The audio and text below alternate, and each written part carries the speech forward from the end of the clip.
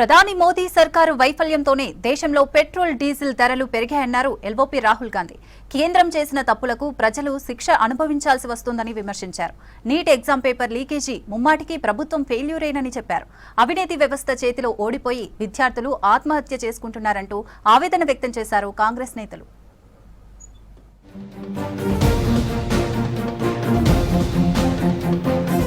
ప్రధాని మోదీ అసమర్థత పాలనతో దేశంలో పాలన గాడి తప్పిందన్నారు లోక్సభ విపక్ష నేత రాహుల్ గాంధీ. దేశంలో ఆయిల్, గ్యాస్ కొరతకు కేంద్రం తప్పుడు విధానాలే కారణమని చెప్పారు. ప్రధాని మోదీ చేసిన పొరపాట్లకు ప్రజలు మూల్యం చెల్లించుకుంటున్నారని విమర్శించారు.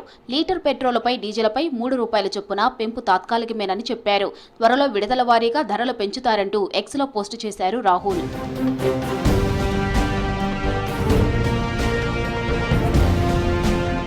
NEET UG 2026 exam paper leakage ముమ్మాటికి కేంద్ర వైఫల్యమేనన్నారు రాహుల్ గాంధీ. విద్యార్థుల ఆత్మహత్యలకు ప్రధాని మోదీ బాధ్యత వహించాలని డిమాండ్ చేశారు.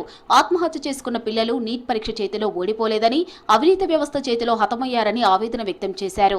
ఇది ఆత్మహత్య కాదని, వ్యవస్థ చేసిన హత్య అంటూ ఎక్స్లో పోస్టు చేశారు. 2015 నుంచి 2026 వరకు 148 పరీక్షల కుంభకోణాలు జరిగాయన్నారు. 87 పరీక్షలు రద్దు కాగా 9 కోట్ల మంది పిల్లల భవిష్యత్తుపై ప్రభావం పడిందన్నారు రాహుల్.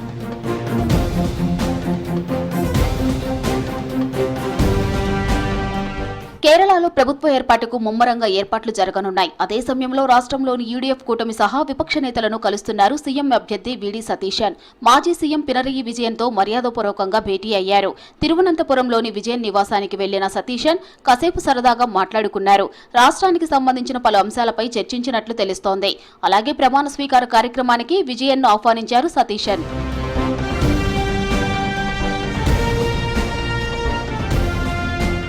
తన రాజకీయ గురువు దివంగత కాంగ్రెస్ నేత జి కార్తికేయన్ ఇంటికి వెళ్లారు వీడి సతీశన్. కుటుంబ సభ్యుల బాగోగులు అడిగి తెలుసుకున్నారు. కార్తికేయన్ ఫ్యామిలీని కలిసి భావోద్వేగానికి గురయ్యారు Satheesan.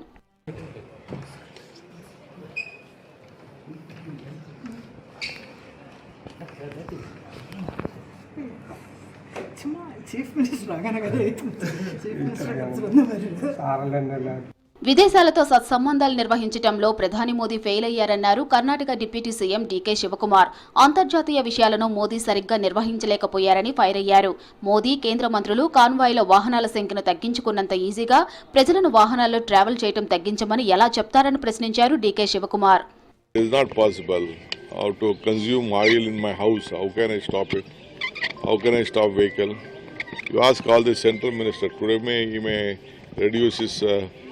security with 2 vehicles.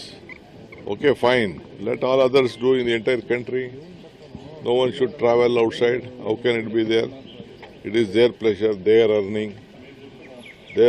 They do. It is very much unfortunate. చమురు ధరల పెంపును తీవ్రంగా వ్యతిరేకించారు కాంగ్రెస్ నేతలు. దేశ ఆర్థిక వ్యవస్థను సరిగా నిర్వహించలేకపోయారని విమర్శించారు హస్తం లీడర్లు.